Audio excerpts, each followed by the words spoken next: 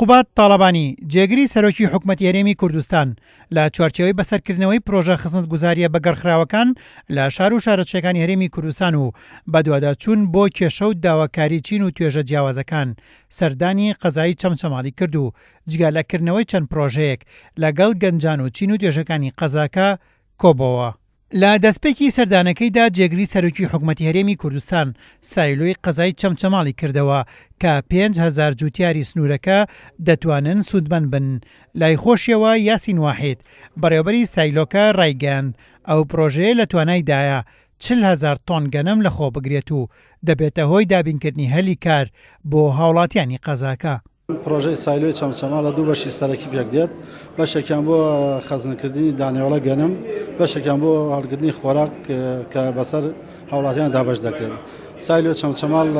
توانای هەڵگرتنی 40,000 تەن گەنمی هەیە لە 16 بانزی جیاواز، هەرێکیان 2500 تەن دەگرێت و توانای هەیە لە سەعاتێکە 200 تەن گەنم وەربگرێت لە ئامێرەکانمان و کۆگاکانشمان جێگای 20,000 تەن خۆراکە وەکو برنج و ڕۆن و شەکر بۆ شێوە. بە تاکید هەر پرۆژێک لە هەر سنوورێک بکرێتەوە هەلی کار بۆ خەڵکی ناوچەکە بە تایبەت ڕەخسێنە و سایلۆ چەمچەماڵی لە ئیساکێنەیە نزیک 45 کەس بە شێوەی گرێبەست دامەزێنراوە بووی و چەند فەرمانبەرێکی هەمیشەیشمانەیە بە کۆی گشتی ئەچی نزیکەی 50 فەرمانبەر و بەڵام ئەم 50 فەرمانبەرە بە تەواوەتی ئیشەکان جێبەجێ نابێ. پێم چەند کەسێکی تر دامەزێنێ بۆ ئێرە ئیشەکان بە ڕێکوپێکری بە تایبەت لە وەرزی وەرگرتنی گەنمە قەڵەباڵەکی زۆر لێ دروستە پێویستمان فەرمانبەری کەش دەبێت. ئەم بینە 6 خانوو دروست کرا بۆ فەرمانبەرانی سایلۆ چەمچەماڵ بە لەو کاتە هەر کاتێدا دابەش بکرێت دەرێ بۆ کەسانەی کەوا زیاتر پێویستن لە سایلۆ بمێتەوە وەکو بەڕێوەبەری سایلۆ وەکو بەڕێوەبەری و بەشانەی کەوا زیاتر لە کاتی وەرگرتنی گەنم یاخود لە کاتێک کاتانەی کە گەنمی ئیسترات دێت ئامادە بن لێرە یاخود بۆ هەندێک کات بۆ فێنکردنەوەی گەنمی ناو بانزەکان زیاترەوان شارەزایان هەبێ بۆ کەسان دابینەکرێت زیاتر. دواتریش قوبات تاڵەبانی جێگری سەرۆکی حکوومەتی هەرێمی کوردستان چەند خوێندنگەیەکی لە سنووری قەزای چەمچەماڵ بەسەر کردەوە لە نزیکەوە بە دوواداچوونی کرد بۆ کێشە و کەم و کورتیەکانی کەرتی پەروەردە لە سنوورەکەدا. هەر لە سەردانەکەیدا بۆ چەمچەماڵ قوبات تاڵەبانی مۆنۆمنتی ئەنفالی لە قەزاکە بەسەر کردەوە و دەستخۆشی لە کارمەندانی مۆنۆمنتەکە کرد کە بەو شێوەیە پارێزگاریان لێ کردووە. قوبات تاڵەبانی ڕایگەیاند لە ڕێی ئەو مۆنۆمنتەوە ئیرادەی میلەتەکەمان دەبینین. یەی بۆ چەمچەماڵ کە پایتەختی شەهیدانە و پایتەختی ئەنفالە ناتوانی بیت و سەردانێکی مۆنیومنتی ئەنفال نەکەی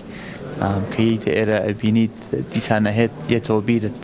چی بەسەر میلەتەکەمانەوە هاتووە و ئەو نەهامەتەی کە بەسەر میلەتەکەمانە هاتووە لایەکەوە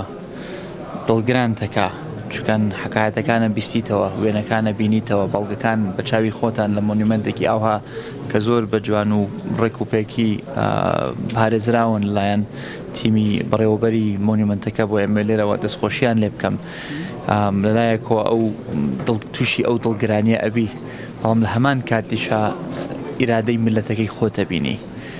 ئیسپاتە بێ بۆت کە میلەتەکەت زۆر بەقووەتە میلەتەکەت زۆر بەورەیە میلەتەکەت زۆر ئازایە و هیچ هێزێک نییە کە بتوانێت ئیرادەی میلەتەکەی ئێمە بشکێنێ بۆیە کە ییت لە ڕۆژە هەرە ناخۆشەکەی گەلەکەمانەوە بیگرە تاکو ئەمڕۆ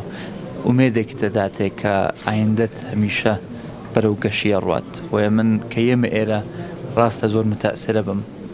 زۆر نیگەرانە بم و دڵگرانە بم بەڵام لە عینی کاتیشە ڕوتینێکمانەیاتێ کە وامان لێ بکا کە ئیش بکەین تاکو داهاتوومان لە ڕابردوومان باشتر بێت بۆیە من دەستخۆشی لە بڕێوەبەری مۆنیومنتەکە ئەەکەم دەستخۆشی لە ئیدارەی سلەیمانی بەگشتی سامی مەحافظ قایمقام هەموو بەڕێوەبەرەکانی چەمچەماڵ کە زۆر دڵسۆزانە خزمەت بە خەڵکی چەمچەماڵ ئەگەیەنن خەڵکی ئەم قەزایە ئەگەیەنن شەو ڕۆژ لە خزمەتی خەڵکان و هیوادارین کە ئێستا باشتر لە جاران بتوانن هەماهەنگیەکی بەهێزیان هەبێ بۆ پاراستنی ئەمن و ئاسایشی ئەم دەڤەرە بە دەرەجەیەک چکەن کە ئەم ناوچەیە پارێزراو بوو لە ڕووی ئەمن و ئاسایشەوە بێگومان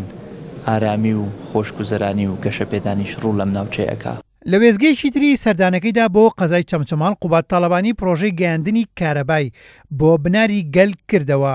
لە لێدوانێکیشدا ڕەمەک ڕەمەزان قایمقامی قەزای چەمچەمەڵ ڕایگەیان